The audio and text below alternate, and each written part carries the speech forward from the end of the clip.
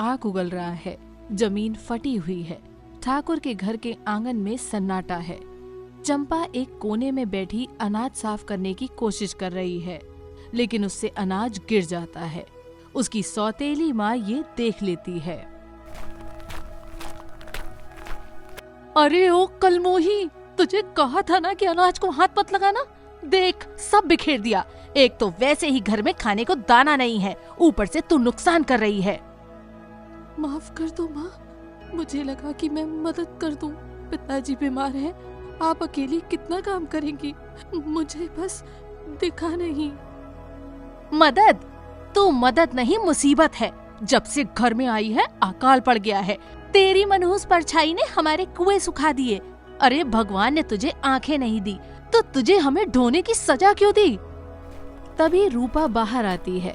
वह बहुत अच्छे कपड़े पहने हैं और आईने में खुद को देख रही है। माँ, क्यों अपना खून जला रही हो? इसे तो बस कोने में पड़े रहने दो। वैसे भी आज गांव में वो नया सेठ आने वाला है जो पानी बांट रहा है। मुझे तैयार होना है। सुना है वो बहुत अमीर और सुंदर है। रूपा दीदी, पानी तो सबको चाहिए। क्या मैं भी साथ चलूं? मुझे प्यास लगी है। तू वहाँ जाकर क्या करेगी? सेठ जी सुंदर लड़कियों को पानी देते हैं, भिखारियों को नहीं। और वैसे भी तेरी आंखें तो है नहीं, तू तो रास्ते में ही गिर जाएगी। माँ, इसे यहीं रहने दो। सही कह रही है, हम पानी लाएंगे। तू यहीं रहे और खबरदार जो घर से बाहर कदम निकाला।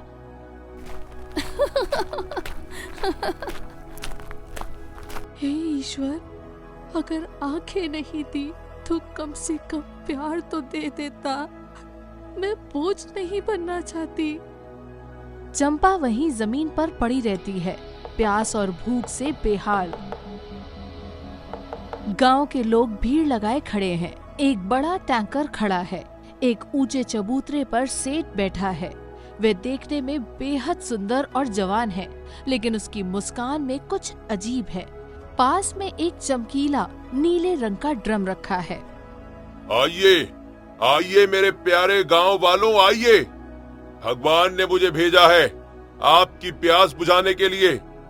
ये पानी साधारण नहीं है, ये नीलगिरी की पहाड़ियों का पवित्र जल है। इसे पीते ही आपकी सारी थकान मिट जाएगी। गांव वाले जय जयकार करते हैं। रूपा और उसकी माँ भीड़ को धक्का देकर आगे पहुँचती है। सेठ जी, क्या मुझे थोड़ा जल मिलेगा? मेरा गला बहुत सूख रहा है। वाह, क्या सुंदरता है। ये मेरी 16वीं शिकार हो सकती है। अरे देवी, आप जैसे सुंदर फूल को प्यासा कैसे देख सकता हूँ? ये लीजिए। सेठ अपने हाथों से रूपा को पानी पिलाता है। पानी पीते ही रूपा को एक अजीब सा नशा होने लगता है। वाह, ये पानी तो अमृत है। ऐसा लगा जैसे शरीर में नई जान आ गई हो। सेठ जी, आप तो देवता हैं। सेठ जी, हमारी बेटी बहुत गुड़ी है, अगर आपकी कृपा हो जाए। अरे माता जी, आपकी बेटी तो रानी बनने लायक है। मैं सोच रहा हूँ कि गांव के कुछ खास लोगों को अपनी हवेली पर दावत दूं। आप और आपकी बेटी जरूर आएं। भीड़ में एक भिखारी पानी मांगता है, लेकिन सेठ उसे धक्के मरवा देता है। ये दिखाता है कि सेठ सिर्फ सुंदर और जवान लोगों में रुचि रखता है। रूपा और सौतेली माँ घर लौटते हैं। वे बहुत खुश हैं। चंपा अभी भी वहीं बैठी है। रूपा के साथ सेठ भी आया है, जो रिश्ता पक्का करने का नाटक कर रहा है। चंपा, उठ जा, देख हमारे घर साक्षात लक्ष्मी आई है। सेठ जी खुद रूपा को देखने आए हैं। जा पानी लेकर आ। ओ, भूल गई, घर में पानी तो है ही नहीं। अरे कोई बात नहीं माता जी, मेरे पास बहुत पानी है। जैसे ही सेठ अंदर आता है, चंपा के कान खड़े हो जाते हैं। वे देख नहीं सकती, लेकिन उसकी सुनने और सूंघने की शक्ति बहुत तेज है। उसे सड़े हुए मांस और पुरानी दवाइयों की गंध आती है।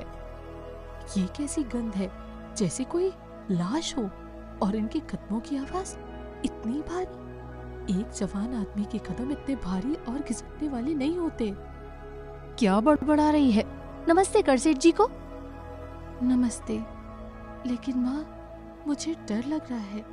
सेठ जी की सासों की आवाज किसी बीमार बूढ़े आदमी जैसी क्यों है? ये लड़की कौन है और ये क्या बकवास कर रही है? अरे चुप कर, ये अंधी है सेठ जी, और पागल भी। इसे तो अकल ही नहीं है, माफ कर दीजिए। अंधी है? अच्छा है, अंधी आंखें धोखा नहीं खाती, लेकिन सच्चाई देख भी नहीं सकती। कोई बात नहीं रूपा जी, कल रात आप हवेली पर आइएगा, हम विवाह की ही बात पक्की करेंगे। सेठ के जाने के बाद सौतेली माँ गुस्से से पागल हो गई है। वह चंपा का हाथ पकड़कर उसे घसीटते हुए घर के पिछले दरवाजे पर ले जाती है। तूने आज मेरी नाक कटवा दी। सेठ जी के सामने अपशगुन बोलती है, बूढ़े जैसी सासे। अगर सेठ जी ने शादी से मना कर दिया होता तो? माँ मेरा विश्वास करो, वह आदमी ठीक नहीं है। उसकी मौजूदगी में हवा ठंडी और बदबूदार हो जाती है। रूपा दीदी खतरे में है। बस कर, तू जलती है मुझसे क्योंकि मैं सुंदर हूँ और तू तो देखने लायक भी नहीं है। माँ इसे घर से निकाल दो, जब तक यहाँ रहेगी मेरा रिश्ता नहीं हो पाएगा। सही कहती है। चंपा को धक्का देकर घर से बाहर निकाल देती है। निकल जा यहाँ से, जंगल में जा मर जा, लेकिन अपनी मनु सूरत मत दिखाना। दरवाजा जोर से बंद हो जाता है। चंपा अंधेरे में अकेली रह जाती है। माँ दरवाजा खोलो, बाहर बहुत अंधेरा है। वैसे मेरे लिए तो हर जगह अंधेरा है। रूपा दीदी मत जाओ, उस सेठ के पास मत जाओ। कोई जवाब नहीं आता। चंपा अपनी लकड़ी के सहारे टटोलते हुए अनजान रास्ते पर चल पड़ती है। जंगल की आवाजें डरावनी है, उल्लू बोल रहे हैं। चंपा नंगे पैर चल रही है। कांटों से उसके पैर लहूलुहान हो गए हैं। प्यास से उसका गला चटक रहा है। उसे पानी की आवाज सुनाई देती है। पानी, कहीं पानी बह रहा है।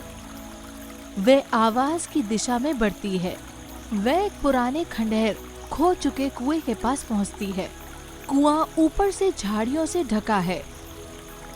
यहाँ ठंडक है, शायद पानी हो। जैसे ही वह कुएं की मुंडेर को छूती है, उसका पैर फिसलता है और वह सीधे कुएं के अंदर गिर जाती है।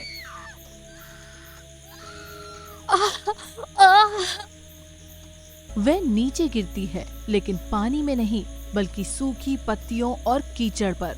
उसे चोट लगती है। क्या मैं मर गई? कम से कम अब कोई ताना तो नहीं देगा।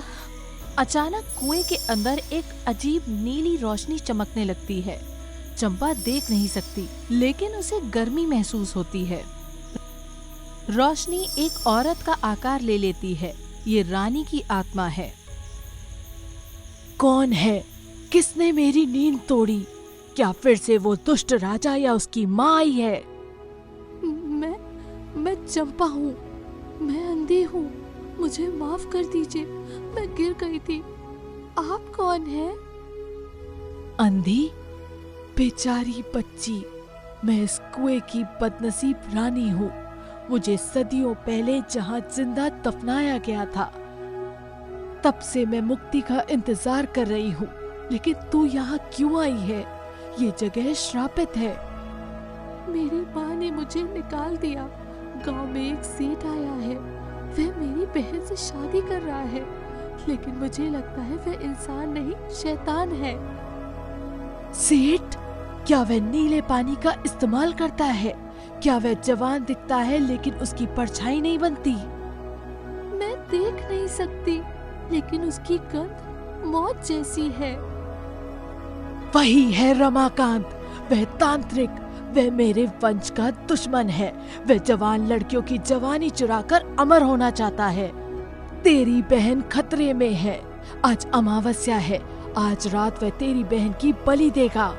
रानी की आत्मा चंपा को कहानी सुनाती है। बहुत साल पहले मेरे पति को उनकी सौतेली माँ ने मेरे खिलाफ भड़का दिया था। उस सौतेली माँ का प्रेमी यही रमाकांत था। रमाकांत बूढ़ा होने लगा था। उसने एक किताब में पढ़ा था कि अगर वह 16 राजकुमारियों या सुंदर लड़कियों की बलि नीलगिरी के पानी के साथ दे तो वह अमर हो जाएगा। उसने मुझे इस कुएं में मरवाया, लेकिन मेरी पवित्रता ने इस कुएं को शक्ति दे दी। वह अब तक 15 लड़कियों को मार चुका है। तेरी बहन 16वीं है। नहीं रूपा दीदी, मुझे उन्हें बचाना होगा, लेकिन मैं कैसे? मैं तो देख भी नहीं सकती। तेरी कमजोरी ही तेरी ताकत है। रमाकांत का जादू उन पर चलता है जो उसकी झूठी सुंदरता देखते हैं। तू उसे देख नहीं सकती, इसलिए तू उसके माया जाल में नहीं फंसेगी। पर मैं लड़ूंगी कैसे? इस कुएं की तलहटी में मिट्टी के नीचे एक तलवार दबी है, मेरे पति की तलवार। उसे निकाल, उसमें मेरा क्रोध और शक्ति है। चंपा मिट्टी खोदती है और एक जंग लगी तलवार निकालती है। तलवार के हाथ में आते ही उसमें बिजली सी दौड़ जाती है। रानी अपनी उंगलियां चंपा के माथे पर रखती है। मैं तुझे अपनी आंखें नहीं दे सकती, लेकिन आज रात के लिए मैं तुझे सत्य दृष्टि देती हूँ। तू दुनिया को वैसे नहीं देखेगी जैसे लोग देखते हैं, बल्कि तू ऊर्जा और आत्मा को देखेगी। जा, मेरी तलवार लेकर जा और उस राक्षस का अंत कर। चंपा की बंद आंखों के सामने अंधेरा हट जाता है। अब उसे सब कुछ हीट विजन या आध्यात्मिक रोशनी जैसा दिखाई दे रहा है। कुएं की दीवारें चमक रही हैं। वह देखती है कि कुएं से बाहर निकलने का एक गुप्त रास्ता है। मैं देख सकती हूँ। ये कैसा प्रकाश है? ये सत्य का प्रकाश है। जा बेटी, समय कम है। चंपा कुएं के गुप्त रास्ते से बाहर निकलती है। अब वह अंधी लाचार लड़की नहीं लग रही। उसके हाथ में तलवार है और चाल में आत्मविश्वास। उसे जंगल के पेड़ पौधे और जानवर चमकती हुई आकृतियों के रूप में दिख रहे हैं। रुको सेठ, आज तुम्हारी माया नहीं चलेगी। रास्ते में वही बूढ़ी औरत मिलती है जो झोपड़ी में रहती थी। अरे बेटी, तू कहाँ जा रही हो इस तलवार के साथ? ये तो राजा की तलवार है। अम्मा, सेठ मेरी बहन को मारने वाला है। मुझे पहाड़ी वाली गुफा का रास्ता बताओ। रानी माँ ने कहा है कि वह वहाँ बलि देगा। पहाड़ी गुफा? वह तो मौत का दरवाजा है, लेकिन अगर तेरे पास रानी का आशीर्वाद है तो जा, उत्तर दिशा में जा। लेकिन याद रखना, सेठ को मारने के लिए तलवार को जागृत करना होगा। जागृत कैसे? बलिदान से। बिना रक्त के वह तलवार साधारण लोहा है। अगर मेरे रक्त से मेरी बहन बच सकती है तो मैं तैयार हूँ। गुफा के अंदर मशालें जल रही हैं। सेठ अपने असली रूप में आ रहा है, आधा जवान आधा बूढ़ा। रूपा बेहोश पड़ी है एक पत्थर की बेदी पर। पास में नीले पानी का कुंड है।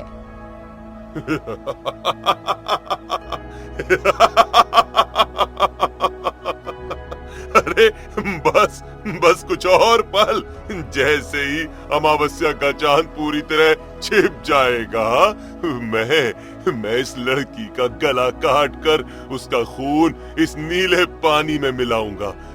फिर मैं हमेशा के लिए 25 साल का हो जाऊंगा। सेठ मंत्र पढ़ने लगता है। गुफा गूंजने लगती है। रूपा को होश आता है। मैं कहाँ हूँ सेठ जी? आप ऐसा क्यों दिख रहे हैं? आपका चेहरा वे सेठ का आधा बूढ़ा चेहरा देखकर चीखती है।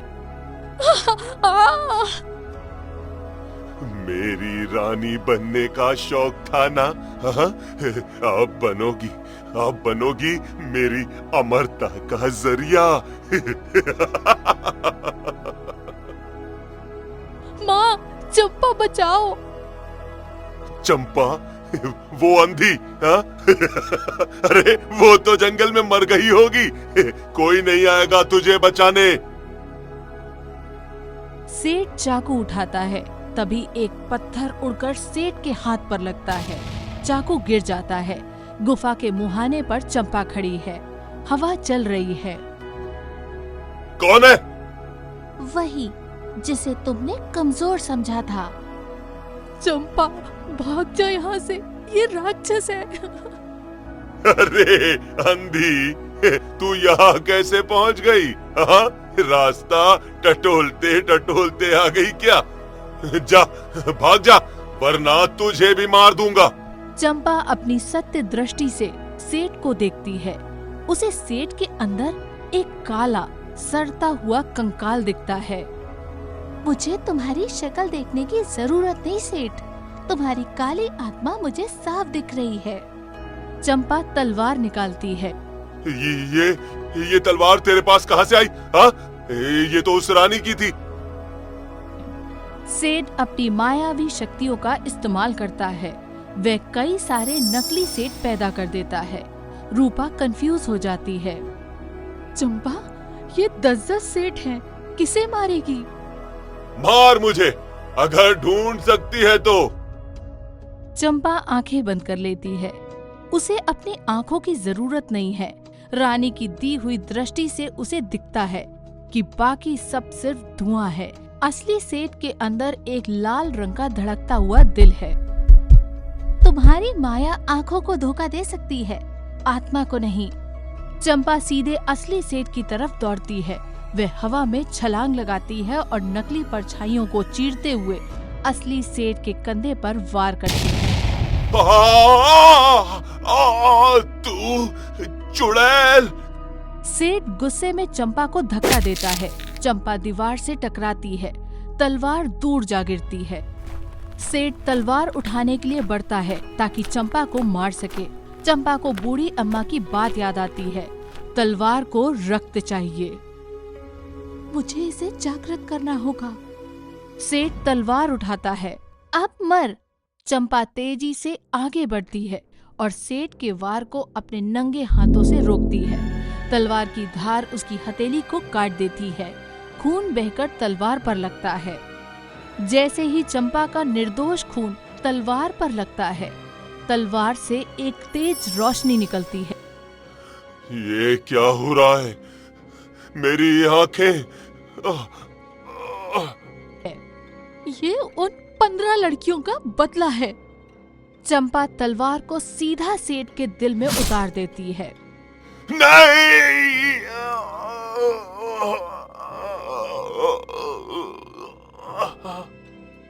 सेठ का शरीर नीला पड़ जाता है। वह तेजी से बूढ़ा हो जाता है। 100 साल, 200 साल और फिर राख बनकर बिखर जाता है।